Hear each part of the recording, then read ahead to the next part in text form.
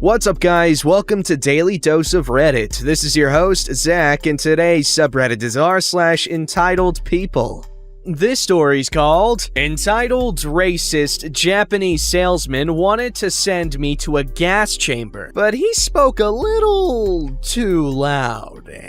Since I've tested positively for Modelo and I have to be quarantined, I'd like to share a story from a few years ago just to pass the time. Note that the things that were said are all roughly translated from Japanese unless otherwise stated. I'm originally from the Netherlands, but I moved to Japan 8 years ago, and all I can say, Japan is a really nice place if you know where to find work. I don't look Japanese, but I'm well-mannered, follow Japanese traditions and etiquette well, and I took the surname of my Japanese wife, since my surname is unpronounceable in Japanese, and I didn't want to bother my wife, my kids, and the Japanese people with an unpronounceable name. So basically, I'm as Japanese as a foreigner can be. Tough, I still do some Dutch things together with others, like baking oil balls during New Year and treat my staff to pepernoten on Sinterklaas. What?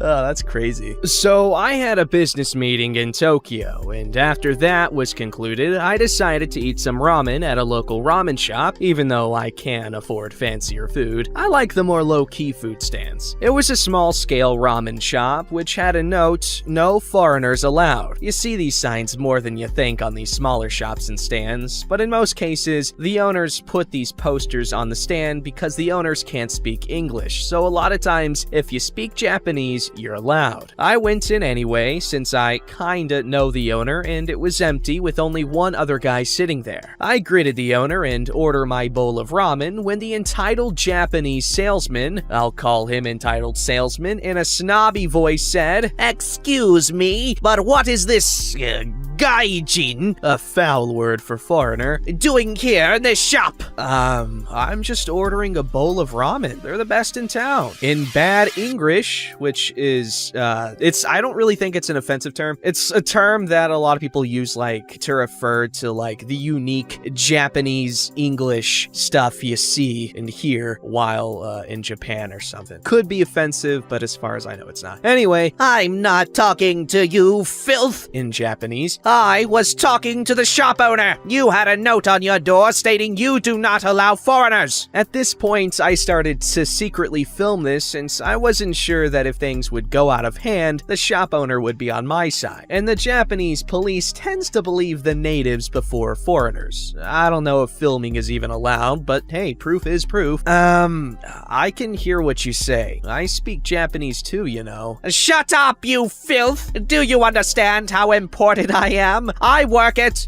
Great Japanese Department Store Office, and I work as a salesman there. Every day I make sure people got what they need. I'm responsible for 18 million people to get goods, something you can never do." Okay, in a manner like One Punch Man. "Please, calm down. I have no problem with people who speak Japanese. I just can't deal with foreigners who can't speak Japanese during rush hours. They sadly lose me money." "A foreigner is a foreigner. It doesn't matter if a Neanderthal knows how to speak our beautiful language. He is still a gaijin." "Well, I'm actually a Japanese citizen. I revoked my Dutch citizenship years ago to become a Japanese citizen. I'm Japanese now, if you like it or not." "You are not Japanese, and you will never be. Our race will stay clean." Oh god. At this point, I decided to stop being polite and just troll the hell out of him. "Oh, I have a Japanese wife, you know. I have 7 kids. I actually have 2, but whatever. My oldest daughter is president of the Archer Club. This was true. And my 3rd son wanted to become a monk. This was a lie." "You filthy foreigner, steal all of our wives. It's your fault I don't have a wife and family."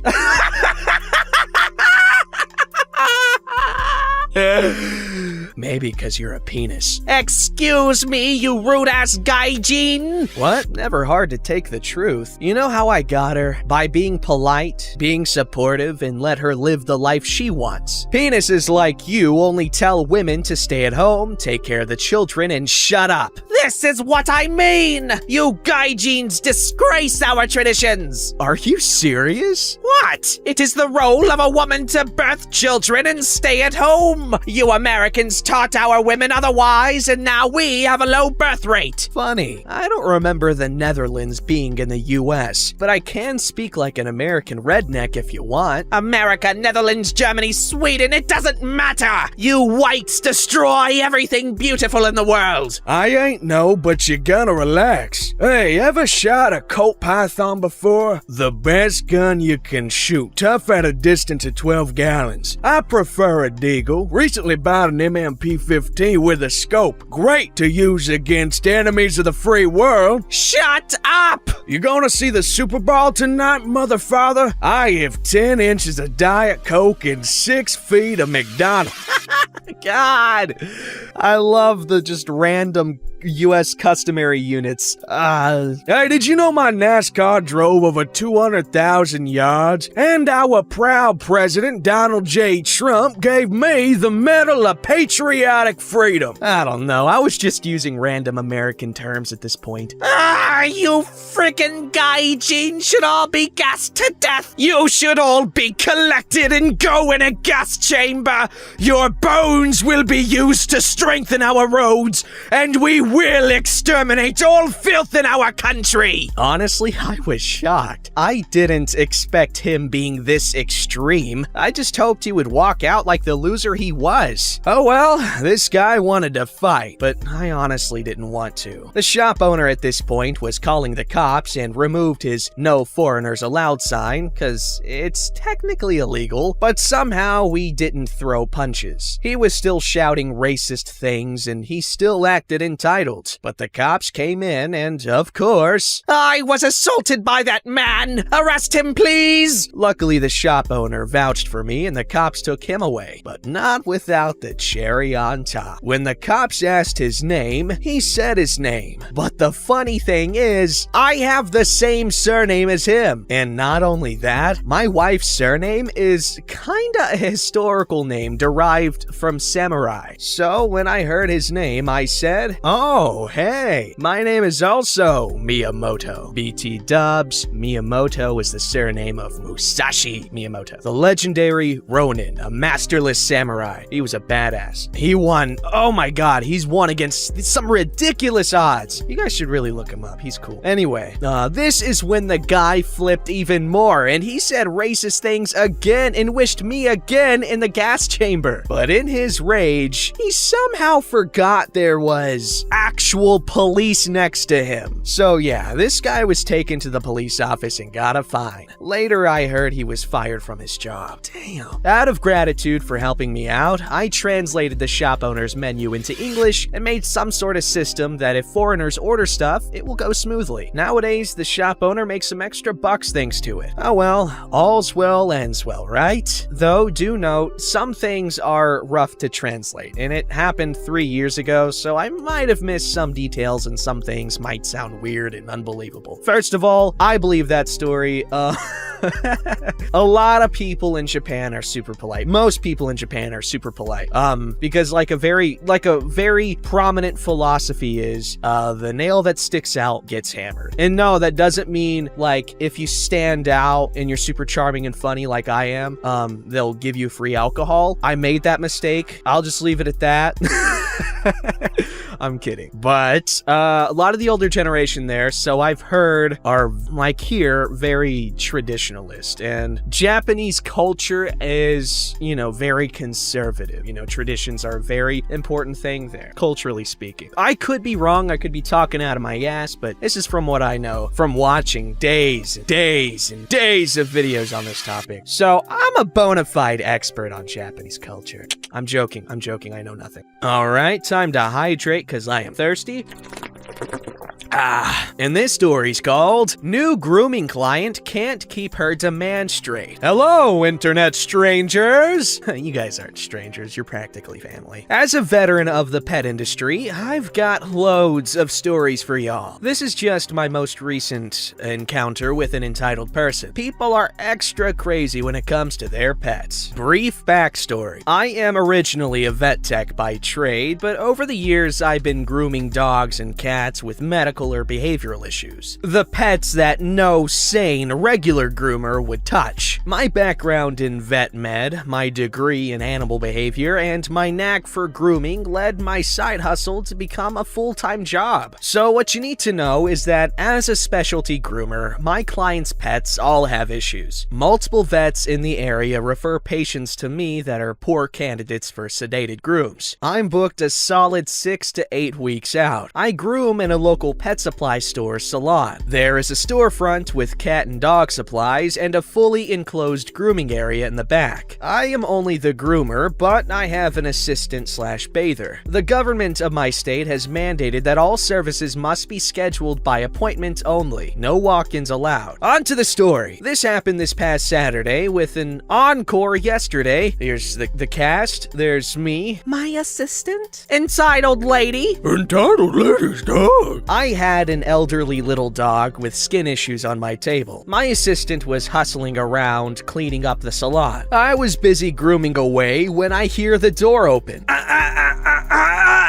Hello? Hello, how can I help you? My dog needs his nails trimmed. Okay, do you have an appointment? No, my dog needs his nails trimmed. Okay, that's no problem, as my assistant is currently available. She can get your information set up in our assistant for an appointment now. We just have to follow the governor's mandates for services by appointment only. I'm not making an appointment. I'm here now. My dog needs his nails trimmed. I understand, ma'am, and my assistant happens to be free. We're gonna do his nails right now. We just need to input some information either way. This goes on for a minute, back and forth, because entitled lady cannot comprehend that we just need her damn info. My poor assistant was cleaning out the shop vac and looked like she wanted to crawl into it and hide, but she comes up to the counter to take over. Entitled lady refuses to give her anything but her name and entitled lady's dog's name. Entitled lady's dog's name. God, that's confusing. My assistant asks for rabies info, and entitled lady has another meltdown. My assistant eventually gets the name of her vet and was able to call and verify rabies vaccination. This was where the fun really began. As entitled lady was a new client without an appointment, I assumed that it was a normal nail trim that my assistant would be capable of doing. Taking the leash from entitled lady and walking entitled lady's dog to the lift table. Entitled lady's dog has metal rods and plates in his legs and back. Do not let him jump or wiggle. Do not pull on his legs or bend them in an unnatural way. He does not like his paws touched due to nerve damage. My assistant and I lock eyes and share a "what the f have we gotten into" look. Oh, and do not put that noose thing on his neck. Ma'am, entitled lady's dog will likely do best if you either stand next to him or step aside. I'm socially distanced and I want to watch. I'm still grooming my little old dog at this point, and I'm not gonna keep arguing with entitled lady. My assistant gets entitled lady's dog on her table, but doesn't raise the table at all. In the lowest position, it's approximately 20 inches off the ground. My assistant clips a single nail, and entitled lady's dog yelps, flings himself off the table, and runs to entitled lady. He was fine. She didn't quick him, no limping, etc. I'm sorry, ma'am. Is entitled lady's dog okay? Let's get you set up for a better time when I can do his nails myself. Entitled lady's dog is obviously too stressed today. Now I'm expecting a rage storm from entitled lady because we hurt her baby and I put my groom dog in a kennel. What? I'm so sorry. Let me check entitled lady's dog over for you. He doesn't appear to be hurt. What do you mean a better time? It's a nail trim. Just get it done. I'm totally stunned. Ma'am, we have to reschedule in order to to do it safely. My assistant's checking our schedule on the computer. Our next available spot is Thursday. This is ridiculous! My dog needs his nails trimmed! You people are incompetent! This time it's me who cuts her off. Ma'am, you will not receive any services here unless you treat us with respect. I will give you the benefit of the doubt because you obviously aren't aware what type of salon this is. I gesture to the specialty grooming signage and my degrees and certifications on the wall. Entitled lady with her eyes big and her mouth silent. I am off on Tuesday, but I will meet you here at 4:30 p.m. It will be quiet and much safer considering entitled lady's dog's medical history and behavior. She nods silently in agreement and leaves. Yesterday, I completed the nail trim with entitled lady's dog on the floor. Entitled lady had a much improved attitude and she even thanked me. Of course, she didn't tip.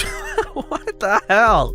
Oh, man. You know what? If you read these stories without, the context of every other story on here, it's just ridiculous, the kind of stuff people do. Obviously, we're kind of used to it now, but goddamn, this OP is just trying to help this lady out, and she be cray-cray. Why is she acting so cray-cray? This story's called, I Use the Force, Bimbo. One lovely spring day, I'm taking my lunch break and decided to go to the Golden Arches for one of their tasty filet-o-fish sandwiches. Those are really good, especially with the extra tartar sauce. Their tartar sauce is really good. Their parking lot pretty much sucks. It's pretty narrow. But today, the drive-thru was packed, so I figured I'd go on inside, get my food, snag a few Pokemon while I waited, but that was before the show. Their L-shaped parking lot is pretty full up, but if you go to the end and turn right, there's another row of spaces, mostly empties. I'm rolling down the straightway. In front of me is a woman in a generic brown Oldsmobile Buick,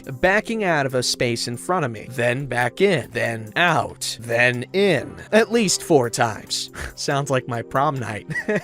She's visibly flustered. I never went to prom. She's visibly flustered, and her teenage passenger seems to be yelling and freaking out. Oh boy. She just couldn't get the car in exactly how she wanted it. The whole time this is going on, I'm actually enjoying the show. I've got the front row seat. Cars are backing up behind me now. This lasted maybe a minute or two. Back and forth, 3, 4, 5 passes. Definitely my prom night. Finally, she kicks in reverse one last fateful time. Wham! She plows into the most beautiful classic El Camino ever. This car was cherry, absolutely perfect. The owner was obviously a supercar guy. This was the kind of car that won awards at car shows. Oh no! I was stunned. But even more stunned when she whips into the empty row and right into a space. First try. She flies out of the car and literally runs into the lobby. Wow, I can't believe what I just watched. But at least she's going to find the owner and make it right? Nope. I parked, got a good Pokemon, listened to the last couple of seconds of the song on the oldie station, and strolled inside. The second I get in, I met with a shriek. That's him! That's the man that caused the whole thing! She's got the manager and the poor dude who owned the El Camino and is trying to drag them over to me. The El Camino guy looks like he might actually cry at this point. I just look at the crazy lady and ask her, actually really calmly, how did I cause an accident between 2 cars that I had no control over? That was it. She tried sputtering something about how I rushed her by looking at her. Unfortunately for her, about a dozen people watched the demolition derby driving, including the car owner. I gave him my card with my cell phone number in case he needs a witness or something. I tell him how awesome his car is and how it should easily be fixable. Something was leaking and the front bumper was pretty dented. Otherwise, it could have been a lot worse. He only ever said, thanks. But the entire time I was there, I swear he was just trying not to cry. Ah, man, that poor guy. I got my food and I was heading out. The woman was still yelling at the manager outside by her car. I made sure she saw me getting into my truck and drive off. After 10 years, I feel it's safe enough to confess that I did use my force powers to make her plow into the El Camino. I was aiming her at an old pickup truck, but she was such a bad driver. OP, you've got a sense of humor. So funny. But damn, that's so sad. That poor El Camino and that poor El El Camino owner. I've seen My Name is Earl all the way through. So I understand the value of an El Camino. That's a special car, especially like the really, really pretty ones. Oh man, I feel bad for that guy. I hope it's okay now. I hope he got it completely fixed and they can't even tell. Don't forget to like, subscribe, and hit that bell to never miss an episode.